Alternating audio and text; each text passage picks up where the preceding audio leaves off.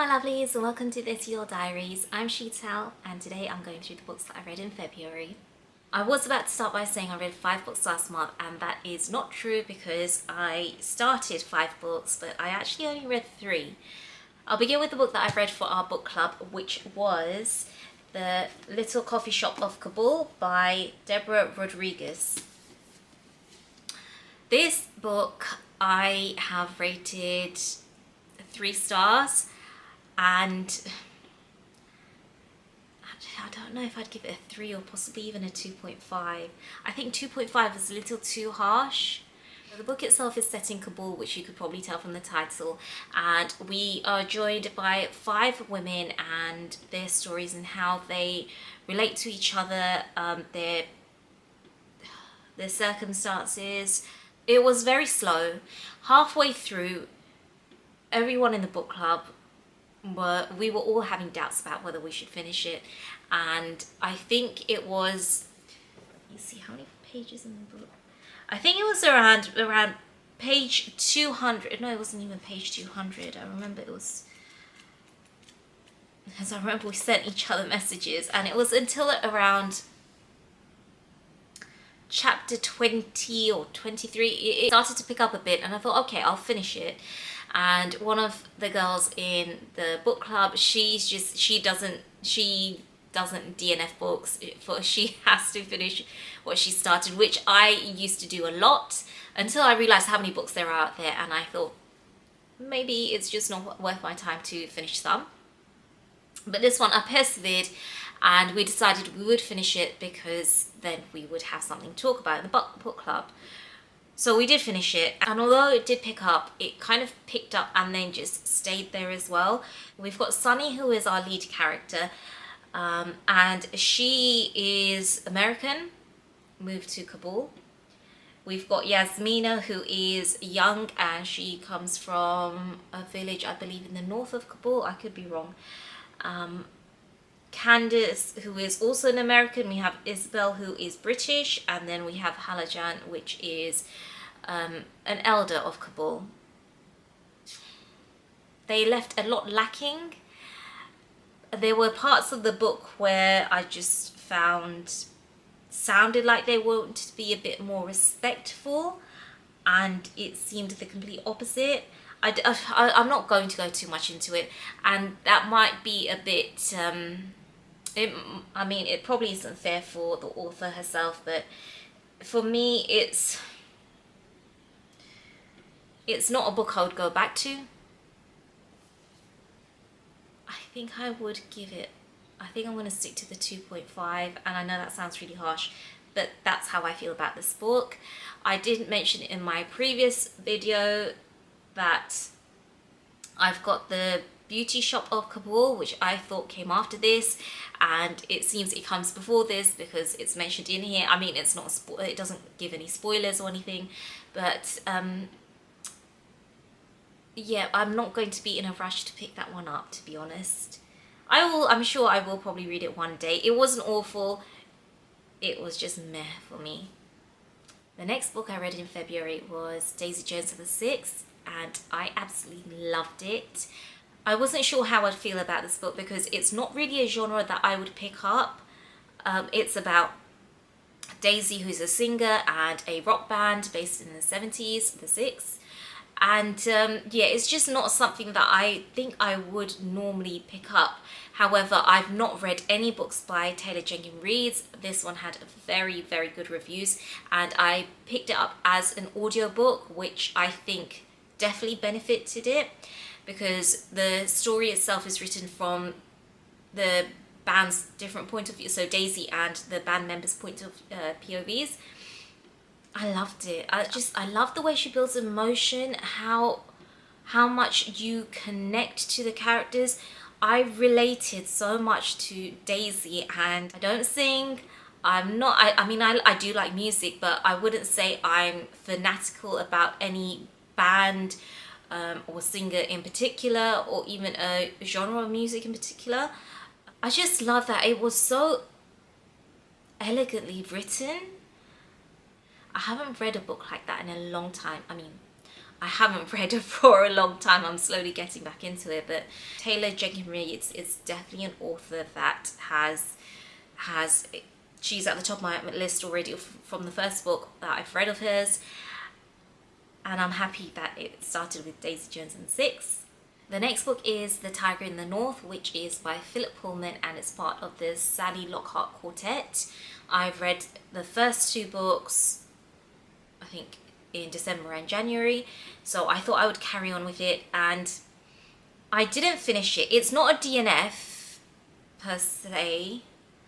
It's just, I've got this habit where, I don't know if it's some kind of addictive personality or there's another name for it, but if I really like a book that's part of a series, then I just want to read the whole series in one go. I think that's what most people do normally, especially if you're watching something and you want to binge watch. I like to binge read as well, and so I think what's happened is I've kind of got what I would refer to as not reader's fatigue.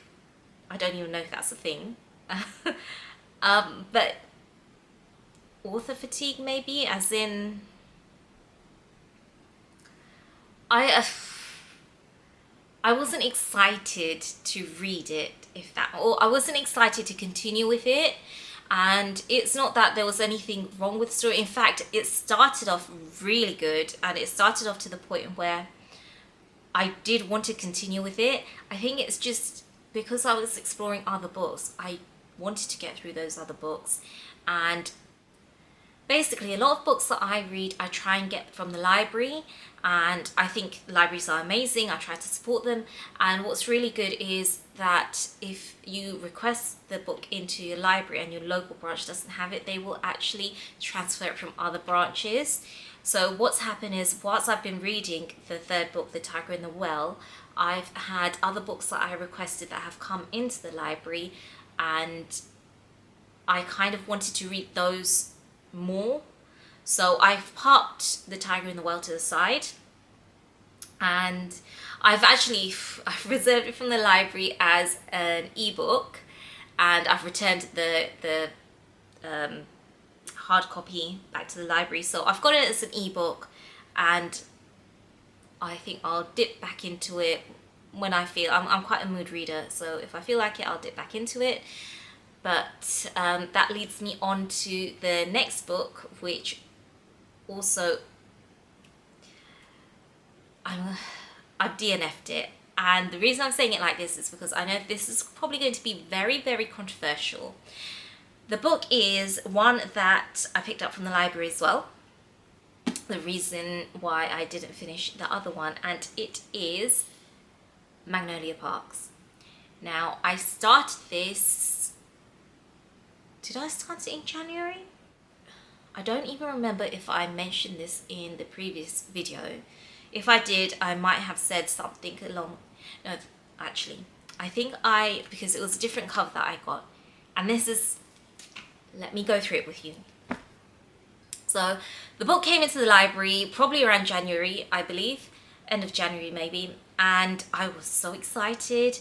In my previous video, I did have the book with the other cover. So what had happened is I'd borrowed it from the library. It was the illustrated cover, which I absolutely love.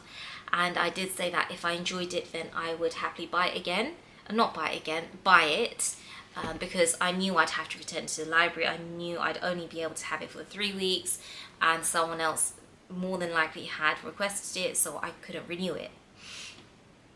So I started the book. I had very high hopes because the Magnolia Parks Universe, that the reviews I've come across from most of, actually all of the booktubers that I follow have loved the Magnolia Parks Universe, and I'm very late to the game, which is fine. But because of that, I went in with really, really high hopes, and it just wasn't for me.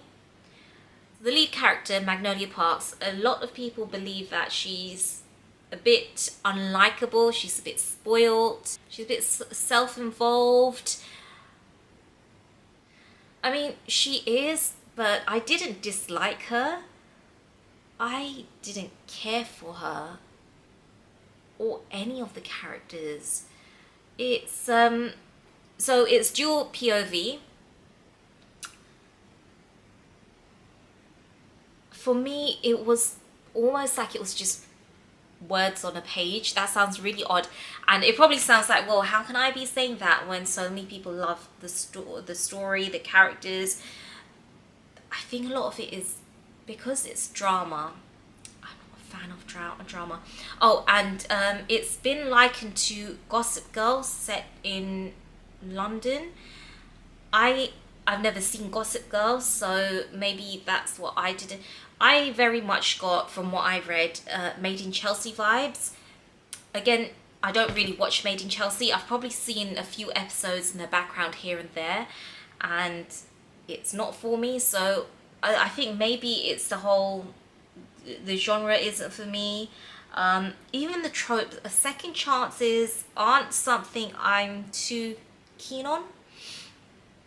So let me just go through let me see, what did I like about it? Or should I? Okay, it's easier to say what I didn't like about it. So, like I said, I didn't feel the characters were developed enough. A lot of it was telling, and I know it's POV, so they do tell, but what I mean, I didn't get the emotion involved. It was more like, she's crying and he did this, and yeah, I just I felt nothing. I felt there's a lot of label dropping which did nothing for me. I got to a point where I was just skimming past every time they mentioned what someone was wearing, and yeah, I really couldn't keep up, so I just flew past that. I would say check out the trigger warnings. Did I say that in any others? I think all of these trigger warning, you need to check them out. There's, yeah, trigger warning. In fact, all of the books that I'm talking about now, I don't know whether I should just a disclaimer that just going forward, always check trigger warnings. I will try to remember. Hopefully I can, but it's because I know for Daisy Jones and the Six, definitely check out the trigger warnings in that. And trigger warning in this as well.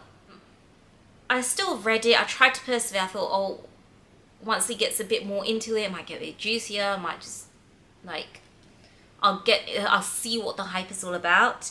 And then I had to return it, and I just thought, okay, I returned it. Didn't really think anything about it. And then I think, around a week later, I was actually really thinking about the book. I think I was missing it, and I wanted to know what happened next. And I thought, okay, I guess it has got me hooked. So luckily enough, I requested it from the library, and I didn't have to wait long at all. But it's just, it was a different cover that came through. I mean, it makes no difference to me. So I started reading it again, picked up where I left off, and it just didn't. It really did not. It did nothing for me. We met a few more characters. One of them is Daisy Hates, who I believe the next book is about. I was basically reading it and thinking, why am I wasting my time? Because it was very, very repetitive in that you could just tell what was going to happen in terms of, okay, he's going to do something to make her mad, she gets mad, they forgive each other to a certain extent and go back to their ways. That's, I mean, it might change. How far did I get in the book? That's it. Chapter 21. So I haven't even got that far, to be honest. Yeah, that's all I've read. It's not far much at all. Should I give it another chance? I don't know. What do you think? I just feel there are better things out there right now. If I get through, I mean, we're currently in March. If I get through my March TBRs and I still have this, then I might go back to it. I don't know if right now I don't feel like I want to. I definitely don't feel the need to. And that's how I feel about Magnolia Parks. I'm afraid, please don't hate me. I don't know, I still feel like I'm missing something. How did so many people love it and me not even like it? We'll see. Right now, it's a DNF for me, I'm afraid. Don't hate me. And the final book that I read in February was a non-fiction. It's Breaking the Habit of Being Yourself by Dr. Joe Dispenza. And I really enjoyed this book. I picked this book out because I am a very spiritual person. I also love geeking out on science. And so whenever there is a book or a movie or theory or anything that gels together spirituality and science, then I am there. And Dr. Joe Dispenza is definitely someone that does that. I am hugely into manifesting, and this book kind of delves into the science behind manifesting and changing yourself. It does touch on the topic of God, so if that's not something I don't know. I mean, I would say even if you don't believe, or if you do believe, or I mean, it's not religious, it just does speak of a higher power. And I don't know, I just think that whether you're a believer or not, I do think that this is something that can definitely help you. So if you are into manifesting, or even the science behind changing your habits and your ways of thinking, which is what really drew me to this book itself, then I highly recommend it. I think it's definitely, well, oh, I'm losing my voice. I definitely believe that each of us have the power to change who we are for the better if you so wish to, and this book will definitely help you do that. It will give you the tools that you need. It will give you the insights into how you can do it. And it breaks it down into really easily understandable, digestible chunks, if that makes sense. Because I do think there's so much text out there that it can either be boring or it can be difficult to understand. And this was definitely not either for me. So those are my February books wrapped up. I definitely didn't get to reading as much as I thought I did, or that I would, but I guess that's just how it goes. I'm a lot more positive about this month. I've already started on a few books and I am loving them, but I'm not going to discuss them just yet. I am super excited about the book that we are reading for our book club this month. I haven't started it yet because I'm really drawn into the book that I'm already reading. If you did want to take a guess, then I will say that our book for March, our book club book for March, is a fantasy book. It's part of the series, so if you want to give it a guess, then let me know and I will let you know in my next video, well, my March TBR video, because I've got a few videos coming up actually. So I don't know if the next one I upload will be the March TBR or it will be within the next few. Anyway, thank you for watching. Please subscribe, help me grow. Thank you.